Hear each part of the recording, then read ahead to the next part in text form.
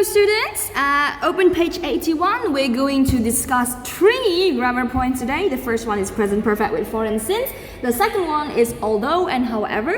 And the third one is word power by. Alright, let's start with the first one. Present perfect with for and since. So, present perfect can be used for 2 purposes. Tujuan. First, it is used to talk about something that started in the past and is still continuing until now. So for example, 1 year ago you were a student and until now you are still a student. Okay, so we use present perfect. I have been a student for 10 years, etc, etc. Or it can be used to talk about things that just recently finished, barusan aja selesai. So the formula for present perfect is subject plus have has plus verb 3, or in English we call it past participle. For example, I have been waiting for the new Nintendo for 3 months, untuk 3 bulan. Now, notice that we are using for untuk 3 bulan. 3 bulan adalah sebuah kuantitas. It is an amount. So, use for. Tapi kalau kita mau bilang tentang kapan ini terjadi, for example, how long have you owned this Nintendo? Sejak kapan kamu punya barang ini? So, you can say, I have owned this Nintendo since last year. Since. I have owned this Nintendo since 3 months ago. 3 months ago itu bukanlah sebuah jumlah kan? Tapi itu sebuah penanda waktu.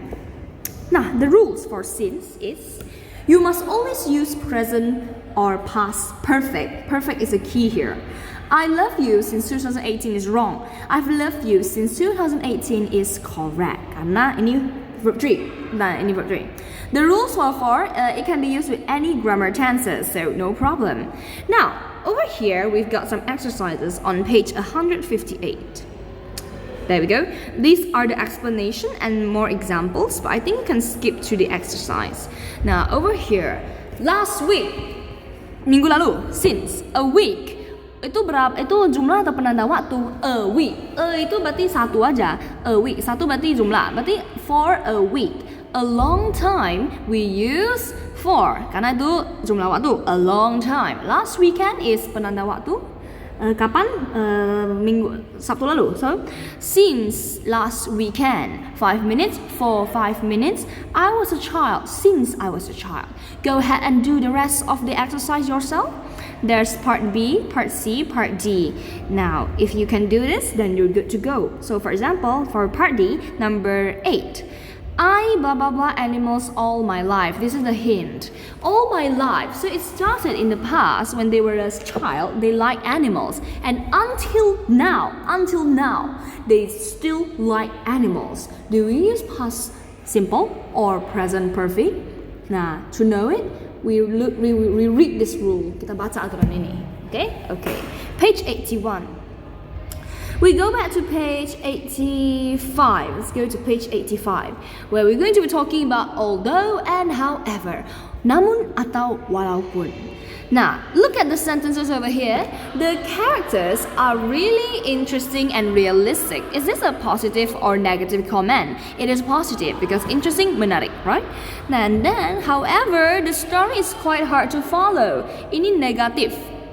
Nah, kalau kita ingin menggabungkan kalimat yang positif dan negatif, kita memakai however dan although. Selalu mulai dengan yang positif dulu, baru kita hantam dengan negatif. Jadi, however, the story is quite hard to follow. Ini artinya sama loh. They mean the same thing, but what is the difference?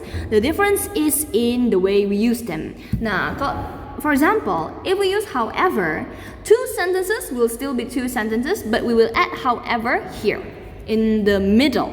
But although 2 sentences will be combined into 1 sentence. Jadi titiknya hanya ada 1. So although, for example, take a look at this. You are so pretty, positive. You are so stupid, negative. Let's use however.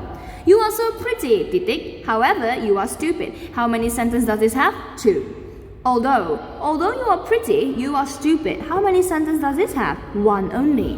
You are pretty, although you are stupid. Okay.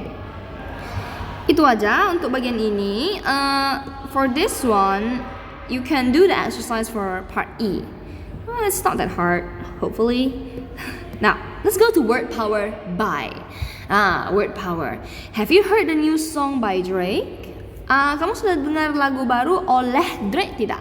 Can I pay by credit card? Can I pay by OVO? Can I pay by GoPay? Buy over here means bayar dengan credit card. Over here, I have the meanings written here already. You can go ahead and write them down. And once you write them down, you can understand on your own. Everything you don't know, you can Google or you can ask me. Good luck on your exam. Goodbye. Bye-bye.